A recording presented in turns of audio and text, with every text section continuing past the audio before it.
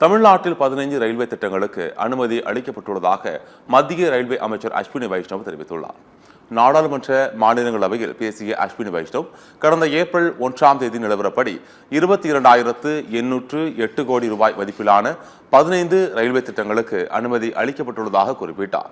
இவற்றில் 9 புதிய வழித்தடங்கள், 3 அகலப்பாதை மாற்றம், 3 இரட்டை வழித்தடம் ஆகியவை அடங்கும் என்றார். மொத்தம் 1700 கிலோமீட்டர் தூரத்திற்கான இந்த பணிகளில் 665 கிலோமீட்டர் தூரமுள்ள பணிகள் மார்ச் 2025 வரை 7,591 கோடி ரூபாய் செலவில் நிறைவடைந்துள்ளன என்றும் அவர் தெரிவித்தார். 2009 முதல் 2014ஆம் ஆண்டு காலகட்டத்தில் தமிழ்நாட்டின் ரயில்வே திட்டங்களுக்கான ஒதுக்கீடு ஆண்டிற்கு 879 கோடியாக இருந்த நிலையில் 2025-26 நிதியாண்டில் 6,626 கோடியாக அதிகரிக்கப்பட்டுள்ளதாகவும் கூறினார்.